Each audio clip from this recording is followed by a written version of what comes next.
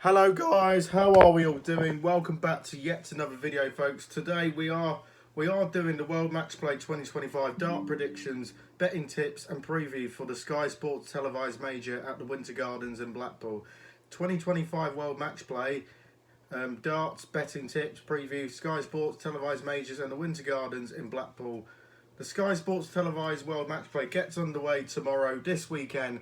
Our Chris Hammer brings from his quarter by quarter preview and tips. So before you get into the YouTube channel, please hit the subscribe button. But we've seen spoil it with the abundance of sporting drama in recent weeks. But that was all just a warm up for the event, and that really starts the summer at the 32nd stage of the World Matchplay, and it's the second most prestigious ranked major on the PDC calendar. And anyone who's ever graced at the Winter Garden stage will say it's only one of the toughest tests to overcome. Well, unless your name is Phil Taylor. Phil Taylor's World Matchplay stats from 2008 to 2014 is mind-boggling. Titles 7, wins 35, defeats none, 100 plus averages 30, 114.9. Drop these standards into today's world and it still wins titles. But the Power won 16 of the first 24 editions, which accumulated in his fitting Blackpool finale in 2017. But since then, there has been 7 different winners out of 7. Gary Anderson, Rob Cross, Dimitri Vandenberg, Peter Wright, Michael Van Gerwen, Nathan Aspinall and Luke Humphreys. This year it could become 8 out of 8 as Luke Littler prepares for his second World Matchplay as the tournament favourite, while the informed trio of Gerwyn Price, Johnny Clayton and Stephen Bunting are also expected to go far as the pursuit of the Phil Taylor Trophy. So, as usual, I'll run through each quarter of the draw. There is no easy first round games at the World Matchplay given how tough it is to qualify for the event in the first place. But there is a handful of players in particular that the seeds definitely didn't want to be drawn with. And unfortunately for Luke Humphreys, who's got one of them, defending champion begins his quest against rising star Gian Van Veen, who actually defeated Cool Hand in the Players' Championship final back in March to win his maiden senior PDC title. This breakthrough triumph had been coming for quite some time, having previously finished runner-up in 5 tournaments since his first final in 2022, while he went on to reach another German darts Grand Prix towards the end of April, only to lose out to Michael Van Gerwen. Statistically, he's currently 5th of the seasonal averages with 97.98 compared to the 99.23. That second place Humphreys concurrently boosted while he's holding a similar position if you shorten the same size to the start of June. Last year's Grand Slam of Darts quarter-finalist has also enjoyed another decent major run under his belt by reaching the last day at the UK Open, and although that came to an end to eventual champion Luke Littler, who averaged 107 and a 10-4 victory, he did post 109.90 in a sensational 10-9 triumph over Damon Heta. But nobody needs reminding of how formidable Humphreys is on the major stage, having reached 11 of the last 18 finals, winning 8 of them, including this year's Premier League and World Masters over the best of 19 format. But this could actually be his most challenging obstacle en route to the final. The former Blackpool champion Nathan Aspinall, who has reached the walloping 5 tournament finals this year and picked up 2 European Tour titles, would seem a huge opportunity if Humphreys fails early. But Van Veen's confidence could be soaring to new levels by this point and could be highly fancied to come through it. Backing Van Veen to win the quarter could be regular, but as bold enough called when you consider magnitude of his first match. But his career territory is heading towards something special in the near future, so why not now? At 33 to 1, he has an exciting each way potential, while Betfred will offer you 28 to 1, but their place in terms of also pay out one out quarter of a semi-final run. Meanwhile, a spare a thought for Joe Cullen, who will be seen in Once again, the bookmakers making him a rank outsider over the double odds of the player he beat before his outburst at the World Championship, Wessel Nijman. The winner of Luke Humphries versus Gian van Veen to win the quarter, the Dutchman has the potential to cause a shot, but I still fancy Humphries in this quarter. We've got players like Danny Noppert, Cameron Menzies, James Wade and Joe Cullen in there as well. But Nathan Aspinall's defending 200,000 in prize money. So quarter two. It's been 7 long years since Gary Anderson won his last of his 8 major PC title at the age of 54-55. Evergreen, the Flying Scotsman, comes here with plenty of fans dreaming that he could lift the Phil Taylor Trophy for the second time. Gary Anderson's World Matchplay 9 data was so electric, it even had Joe Cullen applauding with a huge smile. Wild scenes. 2018 World Matchplay champion is ranked 4th for the averages this season, and a low for 98.07, while he's won 2 titles this season, including one on the European Tour, and also reached last weekend's Baltic Sea Open final, where he finished runner-up to Gerwyn Price last weekend. Anderson also averaged over 100 in 30 of his 73 matches, which gives him a percentage of 41%. And that is only to Littler's 58% and Humphries' 44%. On the part of it with Josh Rock, he heads to Blackpool with a lot of fresher than many rivalries, having managed his schedule to avoid fragile, while he's also proven at last year's Grand Slam of Darts that he can still defy the ageing process by maintaining a high standard for the longer format matches. Anderson not only reached the semi-finals, but he came agonisingly close to defeating Littler in an absolute thriller that he went down to the wire. However, there is another veteran in the 50 club who is also rolling back the years this season in Johnny Clayton. The inspired ferret who admitted during the World Championship that his days at the top could be numbered has been playing like a man desperate to get as much out of the game, while we can still, and what's rewarded with runs with the World Masters final and the last 4 of the UK Open.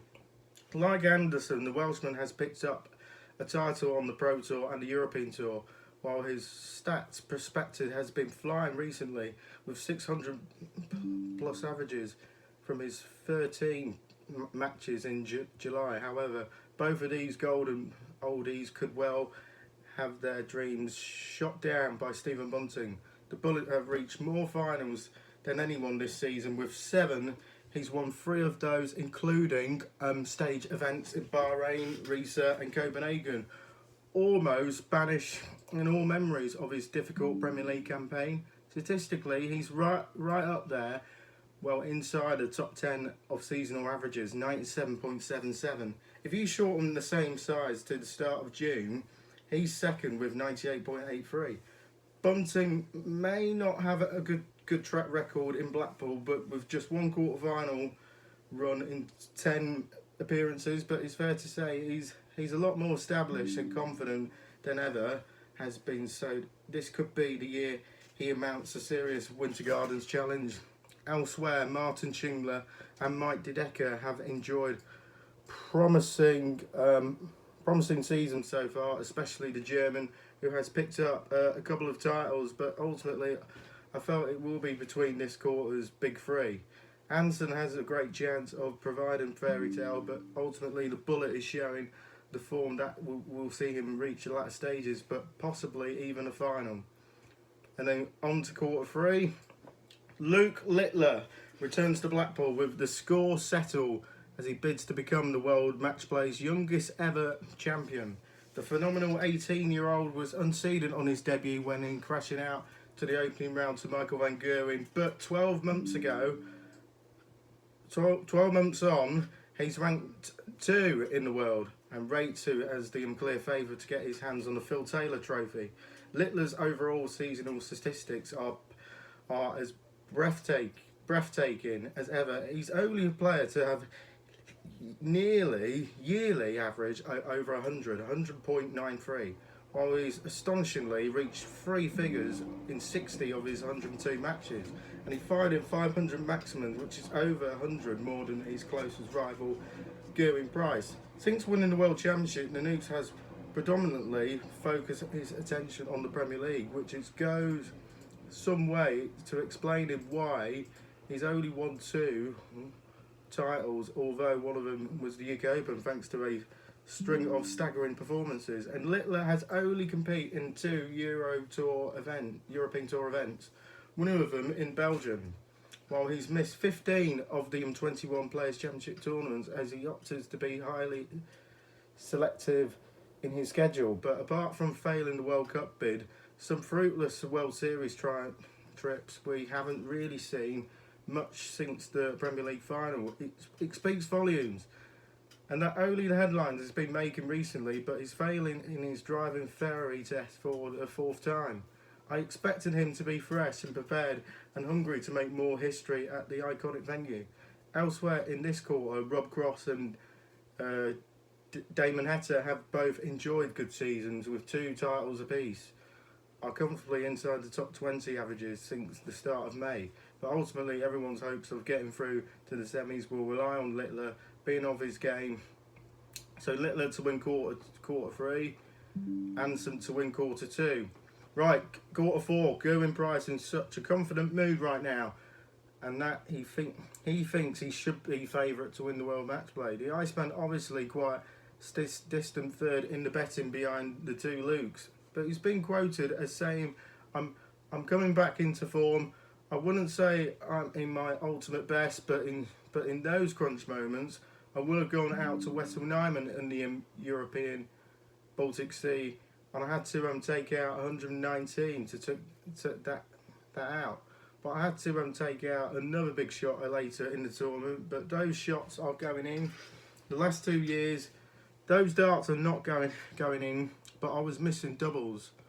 But that's changing around now. But sometimes you need that a little bit of luck. But you don't know if you are going to go in. You feel like they are going to go in. But there was always doubt. But the last couple of weeks they have been going in. The last 12-18 months they haven't been as someone that does it. But against you are out of the tournament. But I just need to ride that way. But while this provides interesting insight into what goes through the mind of a player in this sport, where fortunates are decided by such fine margins, but there is someone else in this quarter who is also riding the crest of a huge wave. Josh Rock was one of Price's opponents in the World Cup final when Northern Ireland came through an epic at the ages to beat Wales in 10-9. It could prove to be another springboard moment in his highly promising career. This is one of the most incredible deciding legs to win any darts tournament ever. Astonishingly, achievement from Daryl Gurney and Josh Rock, but great sportsmanship from Price and Clayton at the end of the greatest World Cup final ever. So the 24-year-old have been enjoying a very good season up until that point anyway, having reached the UK Open semi-finals and also winning one of the 2 Players' Championship finals, while his overall 2025 average is 98.74, is third only to Littler and Humphreys. Since the start of May, he's second behind Littler with 99.44 in his last 19 games, but in all competitions since the World Cup, he's averaged over 100 on 10 occasions. He opens up against the dangerous Ross Smith, who has also enjoyed a strong year, with 1 Pro Tour title with a seasonal average of 97.10. If he wins that, he'll probably come up against Michael van Gerwen, and Rock won't be feared anyone in this section, especially not a struggling MVG. Of course, he's got Raymond van Barneveld, he's got Barney, but although you expected him to come through against Price in the quarter-finals, but don't rule out the chances to fellow World Cup winner Daryl Gurney, springing a few surprises on his own. So Josh Rock to win the quarter and to give Littler a run for his money in the semis. But I think Gerwyn Price will win the quarter 4. So that's my 2025. Well, so the players are not in it. The likes of Michael Smith, former world number 1. Now he's down to 21st in the ranking, which was crazy. No Christopher Tysky, no Richie Edhouse, no Dimitri van der Verne, no Brendan Dolan. So that's my predictions and preview for the World Match Play. Leave on your comments below, guys, and we'll see you in the next one. Bye.